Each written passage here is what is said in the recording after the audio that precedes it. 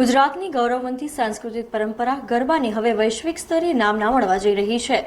UNESCO દ્વારા આજે ગરબાને વર્ષ 2023નો અમૃત સાંસ્કૃતિક વારસો જાહેર કરવામાં આવશે। ગુજરાતના ગરબા હવે વર્લ્ડ હેરિટેજ યુનેસ્કોએ 2023ના અમૃત સાંસ્કૃતિક વારસા તરીકે ગરબાની પસંદગી કરવામાં આવી છે। ત્યારે ભારત માટે તો ખરી ઉપરાંત વડોદરા માટે ગૌરવની વાત છે। આ અંતર્ગત યુનેસ્કો દ્વારા ગરબાની લોકનૃત્ય હેરિટેજમાં સ્થાન મળતા તેની જાહેરાતનું લાઈવ ટેલિકાસ્ટ આ કાર્યક્રમની અંદર ઓનલાઈન માધ્યમથી પ્રસારણ પણ કરવામાં આવશે। યુનેસ્કોની અમૃત સાંસ્કૃતિક ખજાનાની યાદીમાં સમાવેશ કરવા માટે ભારતે ગુજરાતની પ્રતિષ્ઠિત પરંપરાગત નૃત્ય શૈલી ગરબાનો પ્રસ્તાવ 2 વર્ષ અગાઉ મૂક્યો હતો। ત્યારે આ પ્રસ્તાવ પાસ થતા આજે ઉજવણીનો દિવસ છે। ત્યારે આજે અંબાજી મંદિર ખાતે ભવ્ય ગરબાનું આયોજન પણ કરવામાં આવ્યું છે। ત્યારે વડોદરા સંસ્કારી નગરી માટે આ ખૂબ ખુશીની વાત છે, કારણ કે વડોદરામાં ગરબા જાણે તહેવારની જેમ ઉજવાતા હોય તેમ લોકો મનાવતા હોય છે। ત્યારે વિશ્વ ફલક પર જેને નામના મેળવી છે તેવા વડોદરાનું ગૌરવ ગરબા ગાયક કલાકાર અતુલ પુરોહિતે TNA ન્યૂઝ સાથે ખાસ વાતચીત કરી હતી અને પોતાની ખુશી વ્યક્ત કરી હતી। ગરબો એ ગુજરાતની અસ્મિતા છે, ગુજરાતનું ઘરેણું છે ગરબો।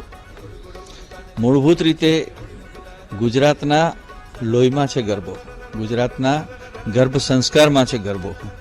એટલે આ યુનેસ્કોમાં ધરોહર તરીકે સ્થાન મળ્યું મને વિશેષ આનંદ છે।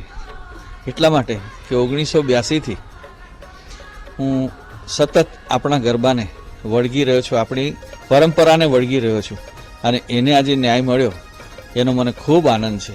સરકારને અને એની સાથે તમામ સંકળાયેલા જે કર્મચારીઓ છે, જે પણ છે એની સંકળાયેલા, એ તમામને હું મારા હૃદયથી અભિનંદન અને આશીર્વાદ આપું છું।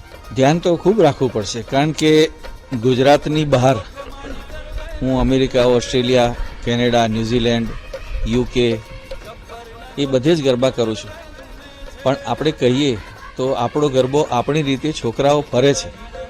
એટલે આના માટે વિશેષ ધ્યાન એ રાખવું પડશે, ખાસ કલાકારોએ કે છોકરાઓને રિક્વેસ્ટ કરો કે આપણો ગરબો આપણી રીતે, આપણા પોશાકથી, આપણા ગીતોથી ફરો, તો એની ગરિમા જળવાઈ રહેશે। બહુ મોટો નિર્ણય છે અને હવે એનું ઔચિત્ય જાળવવું આપણા માથે છે।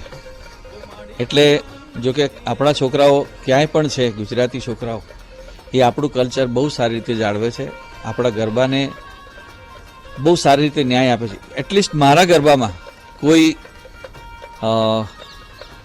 લોકલ ડ્રેસ પહેરીને ફરતો નથી, બધા જ ઓરિજિનલ ડ્રેસ ગરબાનો પહેરીને એક સર્કલમાં અને શૂઝ વગર ગરબા ફરે છે, એની હું ગેરંટી આપું છું। ખેલૈયાઓને ખૂબ આનંદ થશે, કારણ કે આપણી આ વિરાસત છે અને એને આંતરરાષ્ટ્રીય સ્તરે આના ફલક પર જો નામ મળ્યું છે તો એમાં આપણા બધાનો જ ફાળો છે, ગુજરાતીઓનો, તમામ ગુજરાતીઓનો ફાળો છે અને એને એ સ્તરે જાળવી રાખવા માટે આપણે ખૂબ મહેનત કરવી પડશે। મારા માટે તો અત્યંત ખુશીનો વિષય છે, કારણ કે હું વર્ષોથી માથા પછાડું છું આ કે નહીં, આપણો ગરબો આપણી રીતે જ થવો જોઈએ। એમાંય વડોદરામાં તો થાય જ છે, એમાં કોઈ શંકા નથી, પણ વડોદરા બહાર પણ હું છોકરાઓને કાયમ રિક્વેસ્ટ કરું છું। એટલે બેટા, હું ગોકુળનો ગોવાળીયો, તું ગોવાલણ ગોકુળની, ઓર જોરથી ફરજો અને ઓર જોરથી આપણા ગરબાને એની મૂળભૂત જગ્યાએ રાખજો। ધન્યવાદ।